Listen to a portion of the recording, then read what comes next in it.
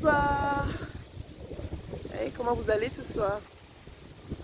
J'espère que vous allez bien. J'espère que vous avez passé une bonne journée. Depuis que j'ai commencé ma marche, c'est la première fois que je sors dans la semaine après le boulot pour marcher un peu. Euh, la journée d'aujourd'hui fut, comment dirais-je, très mouvant. Ouais, c'était vraiment émotionnel. Aujourd'hui, moi et mon équipe, toute l'équipe, on était à l'enterrement d'une de nos collègues, une très jeune collègue. Elle s'appelait Bernita. Euh, franchement,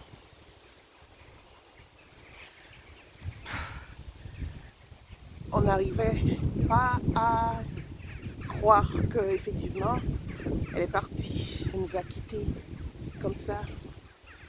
Elle était quelqu'un de très gentil. Elle supporte tout le monde. Elle n'a jamais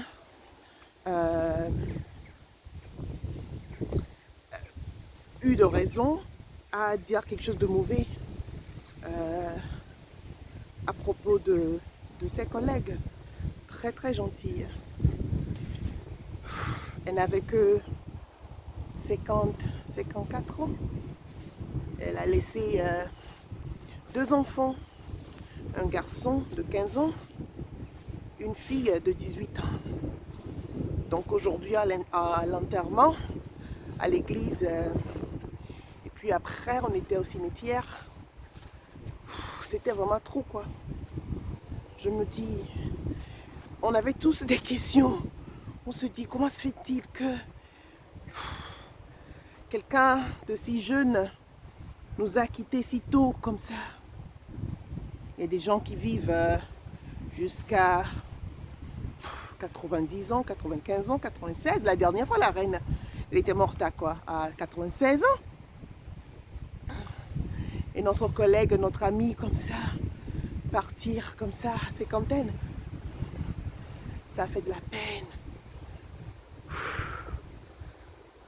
Ouais. C'est traumatisant, c'est troublant. On voyait ses enfants aujourd'hui avec son mari, toute sa famille, son père était là, sa soeur, son frère. Donc toute la famille était là. C'était trop mouvant. On se posait des questions. La vie n'est pas garantie, n'est-ce pas? La vie, je le répète, n'est pas garantie. Ah ouais. Ça m'a fait beaucoup réfléchir. Donc en réfléchissant, je me dis, waouh. C'est, il faut vraiment qu'on prenne chaque chose qui vient, one day at a time, day by day. Ah ouais. Parce que, et il faut qu'on apprécie tout moment. Ah ouais. Ah ouais. Ah. Donc je dis,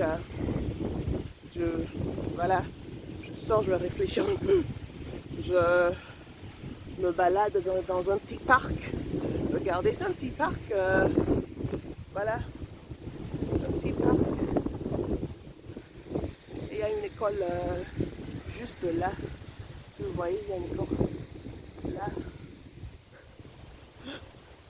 Derrière. Voilà. Ouais. Et non, c'est juste un petit parc. Et puis je dis, je me suis dit, je vais marcher un peu. Je vais réfléchir un peu. Ouais. Tu sais, la dernière fois, ou dirais-je plutôt la première fois, que j'ai eu ma séance de coaching, on a parlé de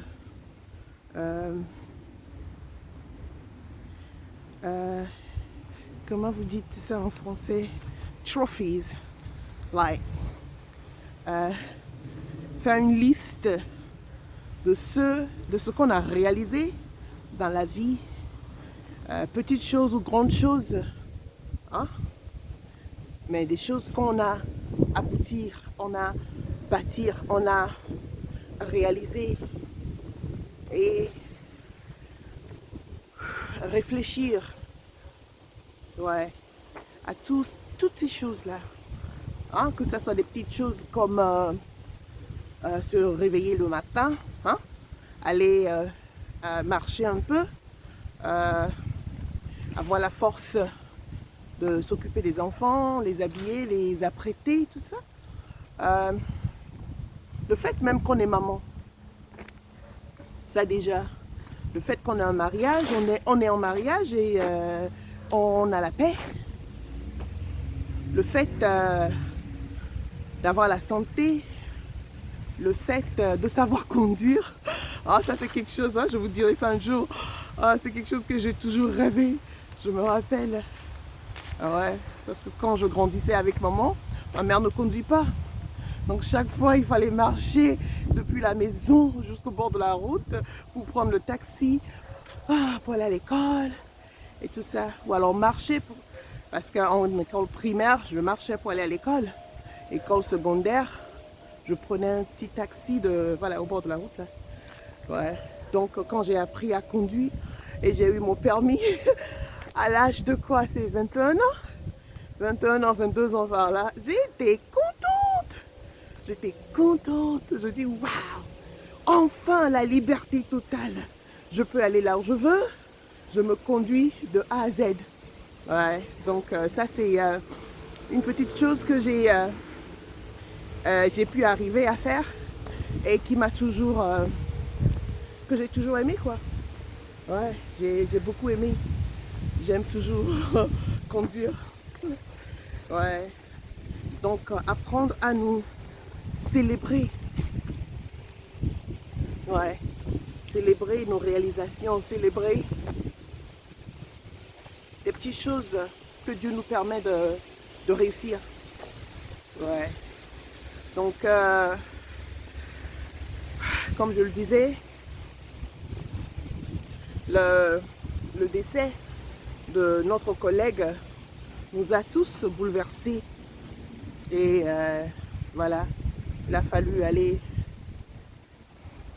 réfléchir et remettre tout entre les mains du Seigneur. Parce que c'est lui qui donne vie. C'est lui qui donne vie. Dieu seul donne vie. Il a donné la vie et voilà, ça a été repris. Ouais. Donc comme je l'ai écrit, c'était quand? C'était hier ou avant-hier que j'ai écrit que ouais, effectivement, j'étais vraiment super contente hein, de pouvoir me lever, quitter la maison, marcher, ce que je ne faisais pas avant. Donc, vous tous qui m'encouragez, je vous dis merci. Ouais. Merci. Merci à vous, mes amis. Ouais. Je me demande comment votre journée a été.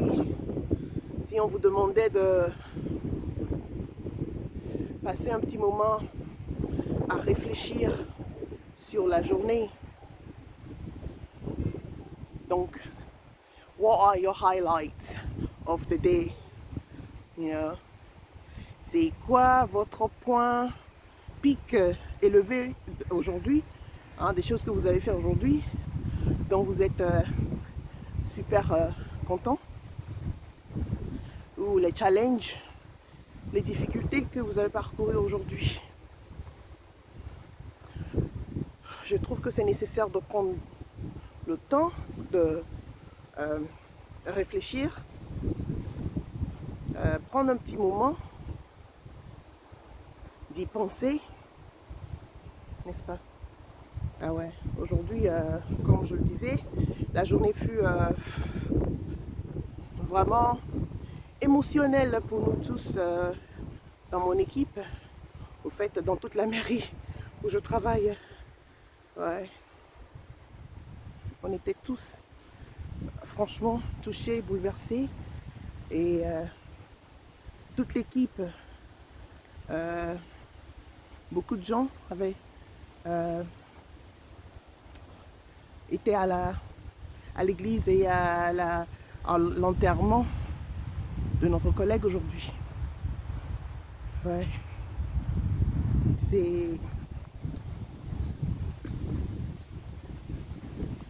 Ça a fait poser des questions, tu vois, ça fait qu'on se pose des questions. Ouais. Mais tout ce que moi je sais en tant que chrétienne, c'est que c'est Dieu qui donne vie. Ah ouais. Il faut qu'on en soit consciente et qu'on remet ça, nos vies, entre ses mains et qu'on le laisse nous guider chaque instant de chaque jour. Dieu seul. Oh là là. Ouais.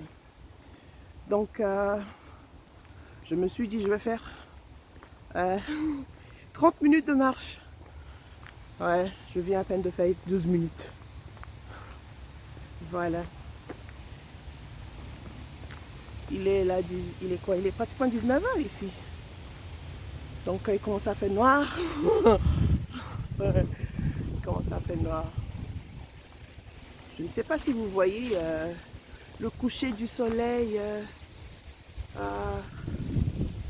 coucher du soleil que je vois, c'est tellement beau.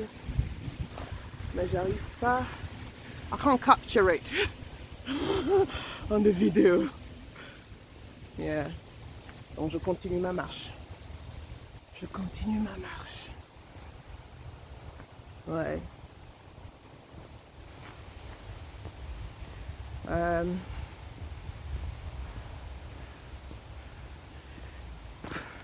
Il y a certaines choses dont je me suis rendu compte.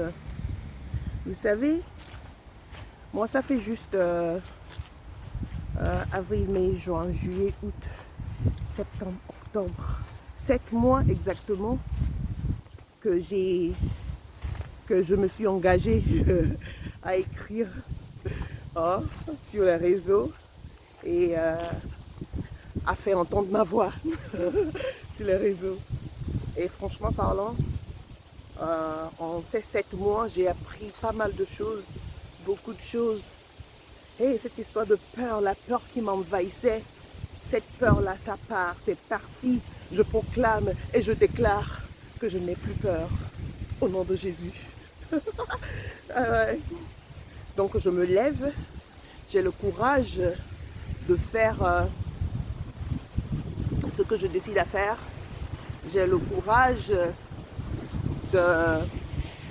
d'écrire. Et d'ailleurs, je continue à écrire mon histoire. My story count. Donc, je continue à écrire ça. Tout de même, je prends mon temps parce que, comme je le dis souvent, gérer le boulot, la maison et tout ce qui est à gérer, c'est pas aussi évident. Mais j'abandonne pas. Je continue à écrire mon histoire. J'espère que vous écrivez la vôtre aussi.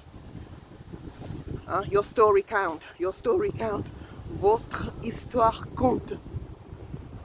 C'est important. C'est important. Écrivez vos histoires. Écrivez vos vies. C'est tellement important. Oh mon Dieu, la dernière fois, c'était quand? Le lundi. Donc j'écrivais un chapitre qui parle de... le chapitre parle de quand j'étais toujours petite à Lomé, Togo. Et vous savez, la culture chez nous en Afrique, c'est clairement différente, n'est-ce pas? Je sais que c'est vague, la culture, quel genre de culture dont je parle. La façon dont les parents nous élèvent, quand on gronde sur nous, quand la maman hausse le ton, la voix c'est tellement fort, donc l'enfant est traumatisé. Hein? Quand les papas sont complètement absents dans la vie de leurs enfants, voilà, je parle de tout ça. J'écrivais ça et je me suis rappelé. C'est tout bizarre parce que au début, quand j'ai commencé à écrire mon histoire, bien sûr que je sais qu'à l'âge de 13 ans, j'ai donné ma vie à Jésus. Et j'ai dit, Jésus, à partir d'aujourd'hui, toi et moi, ne m'abandonne pas, aide-moi. Et depuis ce jour, franchement, beaucoup de choses ont changé dans ma vie. J'ai connu l'espoir, ce que c'est qu'avoir de l'espoir et continuer malgré les difficultés, malgré les challenges. Ouais. Mais le lundi, quand j'écrivais, je me suis rappelé que, au fait, le jour où j'ai donné ma vie à Jésus, le samedi là, c'est parce que ma mère était invitée à une réunion qui s'appelait les hommes d'affaires de plein évangile. Les hommes d'affaires de plein évangile. C'est comme ça s'appelle. Et le jour là, je ne voulais pas y aller. J'ai dit, non maman, pas aujourd'hui parce que moi, au fait, j'ai un petit programme. Je veux faire quelque chose d'autre. Mais nos mamans africaines, je remercie le Seigneur pour leur vie. Elle avait dit, non, aujourd'hui c'est moi qui décide. Et j'ai dit, tu viens avec moi, toi, ton frère, ta soeur. Allez-y, changez-vous.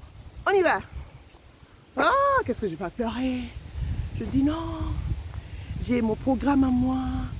Et tout. Mais connaissant ma mère, voilà, on était forcés. Et comme ça, le jour-là, il y avait un groupe des jeunes qui s'appelait les fabricants de joie. Les fabricants de joie étaient présents le jour-là, là où ma mère était invitée, dans la réunion des hommes d'affaires de plein évangile, où ça parle de Jésus, ça parle de Dieu, ça parle de, voilà, marcher, avoir une relation personnelle avec Christ. Et je disais, ah, ça me dit quoi tout ça? Et puis d'un coup, il y a une toute petite du groupe des fabricants de joie. Voilà, c'est un groupe des jeunes chrétiens qui faisaient de la chorégraphie, ça chantait, ça dansait pour la gloire du Seigneur. Et le jour-là, l'enfant qui vient devant, hein, je ne sais pas si, peut-être quelqu'un de, elle avait peut-être 15 ans, hein. Donc elle est venue, elle faisait son témoignage, ouais, comment elle a donné sa vie à Jésus, les challenges qu'elle avait eus et tout ça.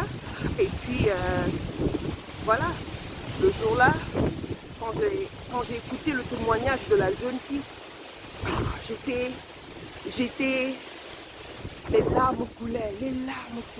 C'est tout ce que, je n'arrivais pas, je ne savais pas quoi dire, je pleurais, les larmes coulaient le jour-là. Ça a coulé tellement.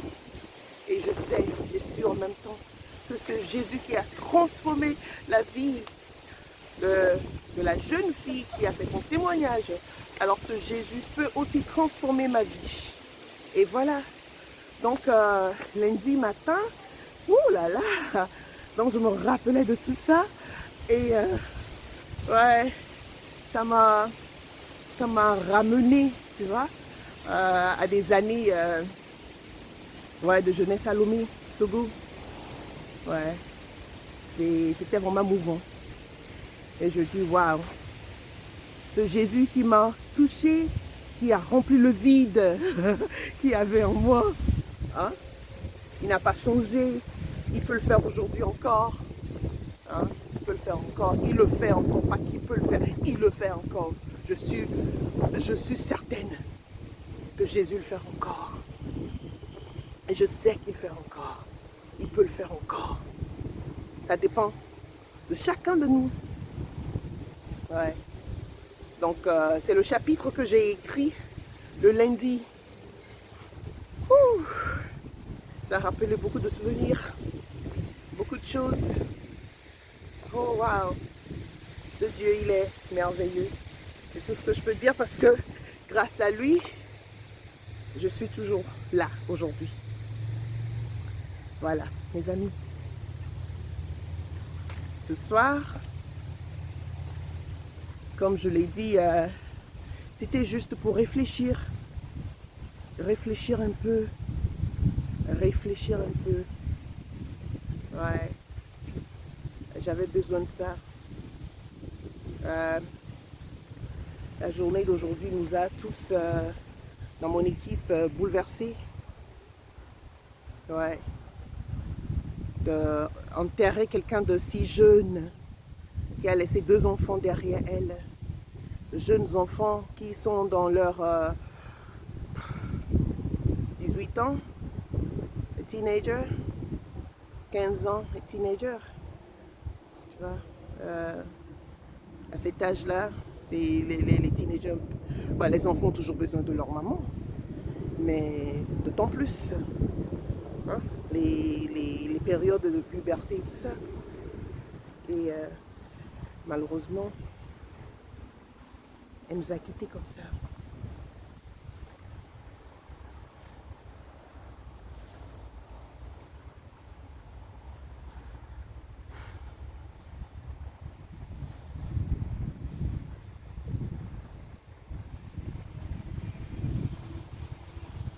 Ça fait du bien de marcher. Hein. Quand je ressens le vent splashing down on my face, sur mon visage comme ça fait vraiment du bien. Ça fait trop de bien.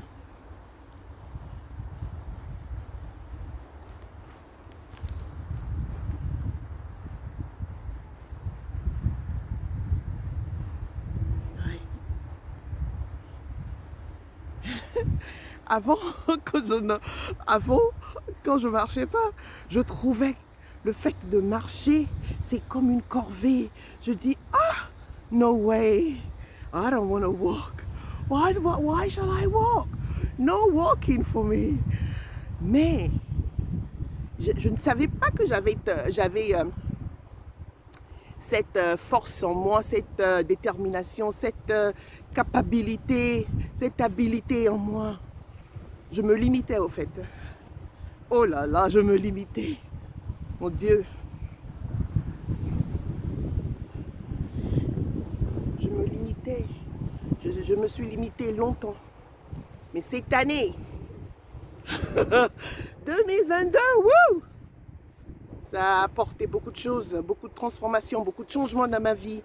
Ah ouais, des choses, des habilités que j'avais, dont je n'étais même pas au courant, ça sort.